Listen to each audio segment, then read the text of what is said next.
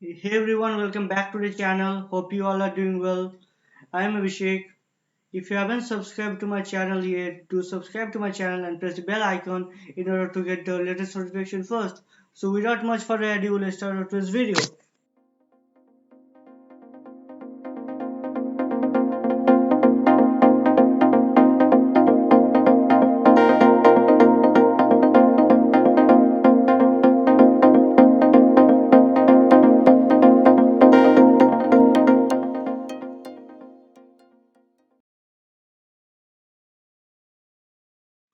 So today we are going to solve unique part 2. So it is a medium level problem from LeetCode. The problem states that we are given a robot which is located at the top left corner of a m cross n grid. The robot can move either down, right or any point in time. The robot is trying to reach the top right corner of the grid, marked finish in the diagram. Now consider if some obstacles are added on the grid, how many unique parts would be there? An obstacle on space is marked as 1 or and 0 respectively in the grid. So the question basically states that we are given a robot which is present in the top left corner of the grid. So you can see the robot is currently present in 0, 0 location, while the finish line is present in the bottom right corner of the grid. So it is present in the m-1, n-1, where m is the number of rows and n is the number of columns. Now, if you have seen my previous video about unique part 1, you would find that this question and that question is almost same, but the only difference is that in that question there is no obstacles, but here we are given some obstacles. So we need to find the unique part, the robot through which the robot can reach the finishing point from the starting point such that it doesn't get into the obstacle. So if you take this example, you see that there are two parts. Now what are those two parts? You can go from this way to this way. Now let's see what are those two parts. So one of the part is that you can go from this way to this way, right? Or there is another part which you can travel from here to here. Hence there is two parts. Now over here it is said now we can't take this part because there's obstacle over here, and hence we can't take this part, right? So hence there is two parts. Now let's see how we can solve this problem. Now let's come to the algorithm of this problem. So in order to understand this problem, let's consider a grid 2 cross 3. So let's say that we have a grid 2 cross 3. So let's consider this grid.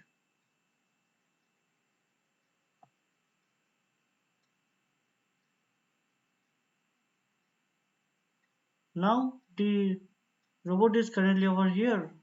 So let's write the indices.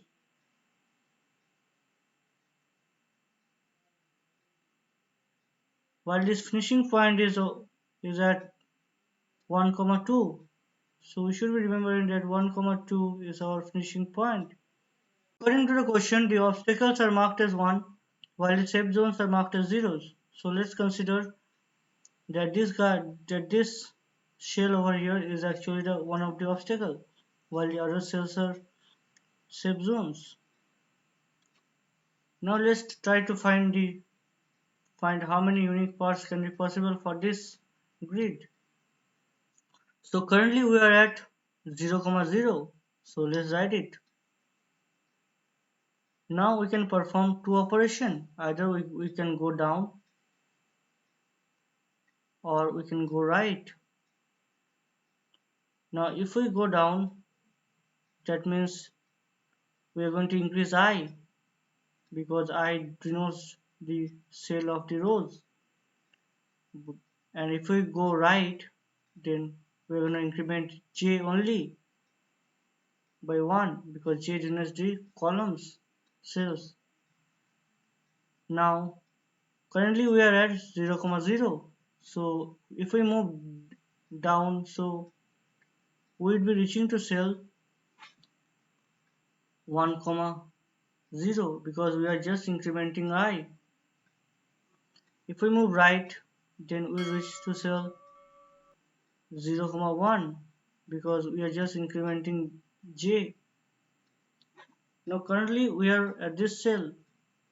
Now if we try to go down, then we'll be moving out of the grid. So this will return me 0. But we can move right. So if we move right, so we'll be in the position of 1 comma 1. But 1 comma 1 is our obstacle because you can see that there is 1, and according to the question, 1 denotes obstacle, so this will also return me 0. Now if we add this 0 plus 0, then it will be 0. Now upon backtracking, it will store 0 to our previous function. Now we have done this portion, that is the down portion. Now we have to do the right hub. Now from currently we are at 0 comma 1, so if we move down, so it would be again 1 comma 1.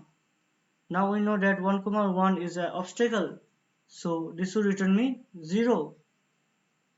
But we can go right, so if we go right, so we will be at the position of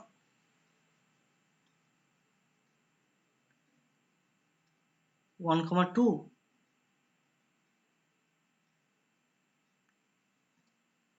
Now again if we try to move down, so we will be at the position of 1 comma 2. Sorry, this is 0 comma 2. But if we try to move right, but we can't because we'll be going out of this grid, right? So it will return me 0. Now 1 comma 2 is our target, so it will return me 1. Now if we sum this up, it will be 1. So upon backtracking, this function will store 1. Again we are going to sum 0 plus 1, it will again return me 1. Now upon adding 0 plus 1 again, it will return me 1. So there is only one part. Now what is that part? It is this part. You can go from here and then is to here, and hence, so there is only one part, right? But there is a problem for this algorithm, for this approach, that is the time complexity for this algorithm is 2 to the power m cross m into m, where m is the number of rows while n is the number of columns. The reason it is 2 to the power because we have two choices, that is either we can go down or we can go right, and hence it is 2 to the power. And since we have two choices for each cell, so in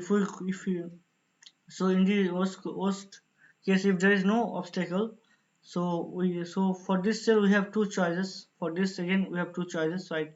For this again we have two choices, for this, so for each cell we have two choices, either we can go down or right, and hence it is 2 to the power m into n.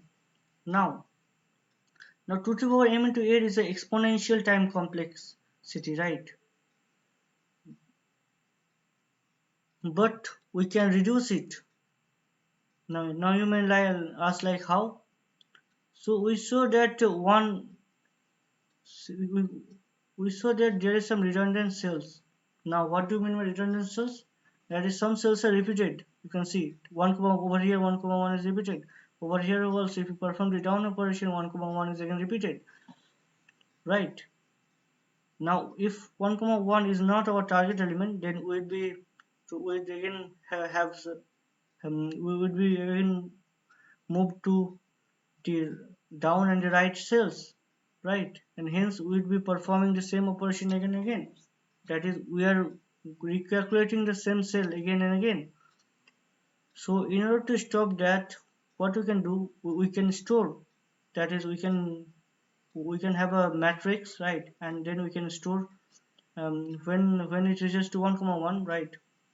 So in the position of 1 comma 1 in the matrix, we can store 0, right?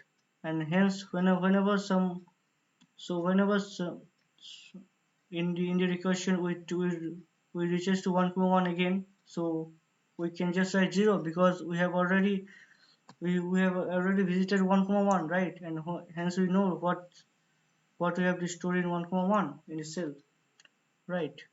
Now for this, we're going to use dynamic programming. So what we can do is that we need to make a simple change. That is, we're going to take a dynamic programming of m cross n, right? And in this m cross n dynamic DP, what we're going to do, we're going to store. Yeah, if you visit that cell once, we're going to store that value in that cell, so that if we revisit that cell again, we already have that value, right? 0 or 1, 0, 1, 2, 3, whatever is there stored in there, we already have that value, and hence we can use that value, and hence we don't have to go again, right? We don't have to perform down or right operation again and again. So let's see how we can do it in code. So let's first write the if condition. So let's see. Let's at first let me just take two integers. Okay. So one will be like obstacle. Now one will now m will store give me a number of rows, right? So let's write obstacle row, and while n will give me the number of columns. Let's store this in two variables. So after storing this in two variables, so now we don't need to write so big, right? So we'll go to statement again and again.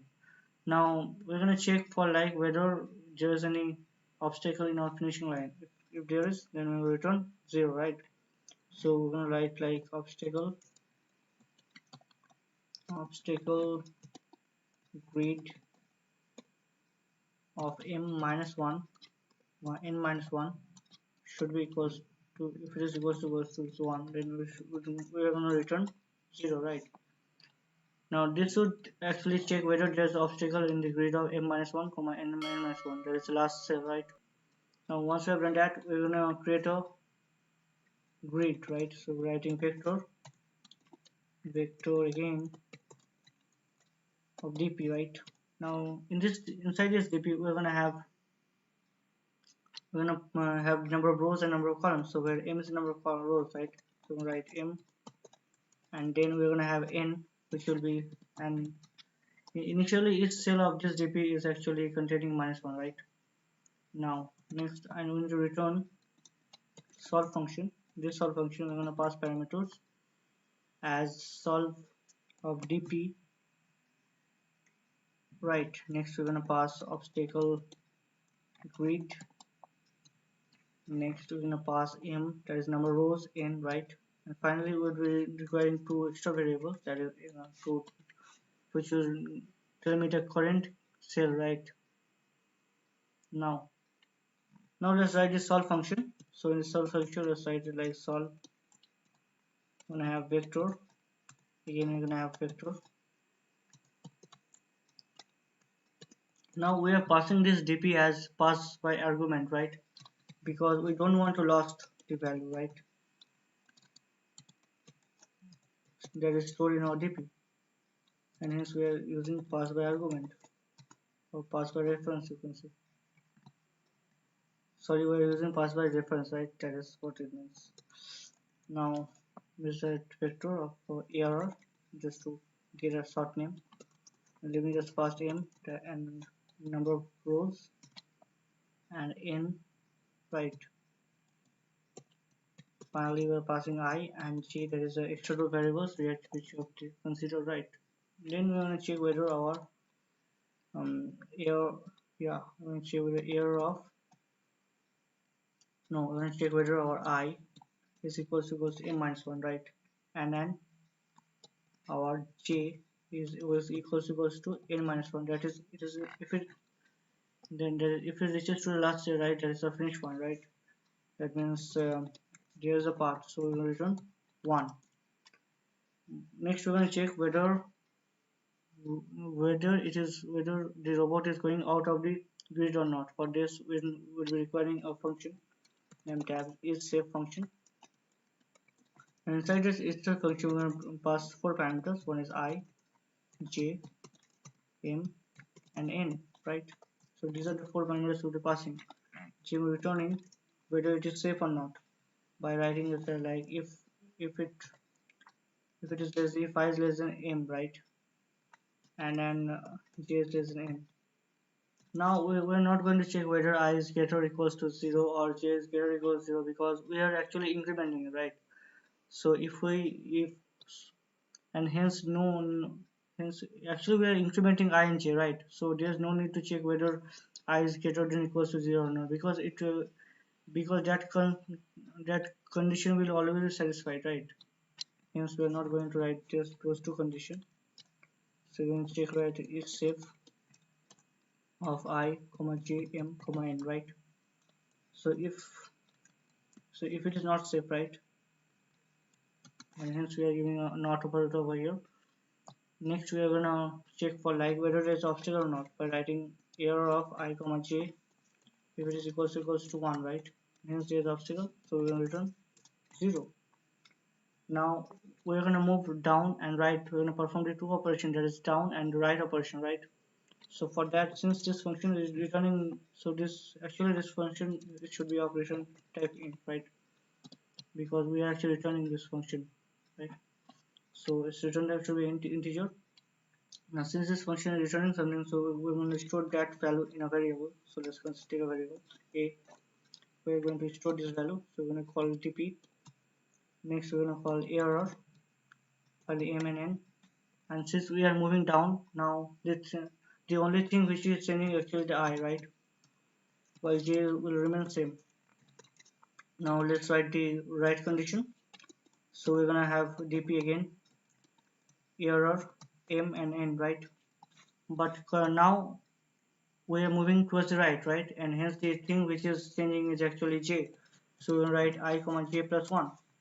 Now we need to sum this a and b, right? So that's what we are doing over here. That is, we're summing 0 comma 1, 0 and 1, or we're summing again 0 and 1 over here, right? We are summing there now. We're actually summing there when it reaches to our return statement, right? So let's write return of dp of I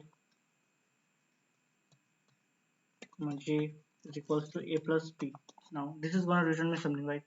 Now I need to also so so our main objective behind using dynamic programming over here is to reduce our time complexity, right? But doing this is not going to reduce my time complexity. For that, I'll be writing this statement, that is we're gonna see check whether that cell is already visible or not. How we are going to do this? So currently our dp has -1 in each and every cell of the grid, right? So we're going to check whether dp of I comma j is actually not equals to -1. So if this condition is satisfied, that means that means this cell is already visited, right? So we're going to return dp of I comma j. Else we're going to perform these conditions, right? Now the space complexity for this algorithm is actually m into m cross n, right? Where m is the number of rows while n is the number of columns. Since we are using a grid over here, that is m cross n matrix, right? While the time complexity, since we are traversing through each and every cell of this grid, right? M cross n grid only once, right? So it is also m into n, right? Now let's run this code, see if there is any error or not. So there's an error over here, that is what's the error? Okay, it should be of integer type, right? Okay, let's see whether there's any other. Let's first check it out. So everything seems to be okay. Now let's run this code again. Again there's a semicolon mistake.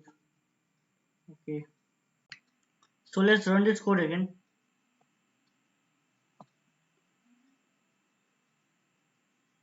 So upon running it, it is accepted, right? Now let's submit it. So let's see what's gonna answer. So it is actually accepted, right? So you can see this is how you solve this problem. So this is it for today. If you like this video, to give a thumbs up to the video, share it with your friends, and subscribe to the channel and press the bell icon in order to get the latest notification first. So see you in my next video.